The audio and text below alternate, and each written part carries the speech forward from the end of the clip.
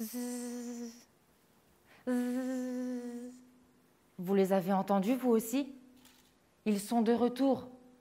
Les moustiques. Et avec les chaleurs de l'été, peut-être que parmi eux se trouve celui qui va nous piquer et nous transmettre le virus chikungunya. Et on voit tous ce que ça donne quand il y a une épidémie. Alors pour empêcher ça, je cherche un moyen de le supprimer. Mais mon labo n'est pas comme celui des autres chercheurs.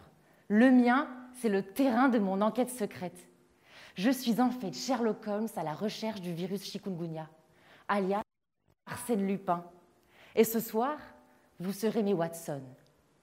Grâce à des puissantes machines, je peux voir à l'échelle de l'infiniment petit. C'est ainsi qu'après quelques réglages, j'ai pu photographier Lupin en flagrant délit, en train de se multiplier à l'intérieur de nos cellules. Laissez-moi vous planter le décor. Le cambrioleur Lupin dérobe subtilement les outils précieux de nos cellules parce qu'il en a besoin pour se multiplier. Mais ce n'est pas si facile pour lui, car il existe dans notre corps une police cellulaire qui guette les intrusions. Donc impossible pour lui de se multiplier sans se cacher. Alors, si vous étiez Lupin, quels moyens imagineriez-vous pour vous multiplier dans une cellule en catimini? Ah, bien vu, Watson!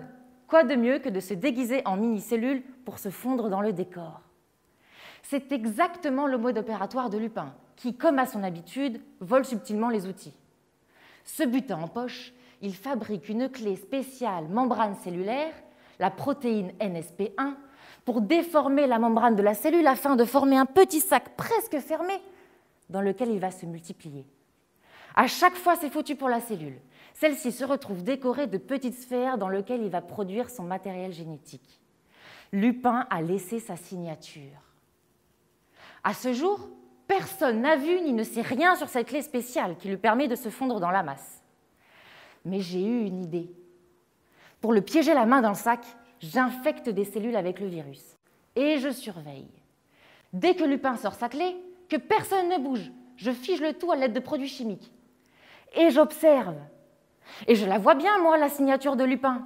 Ni une, ni deux, je joue les paparazzis. Je prends des photos à différents plans d'inclinaison.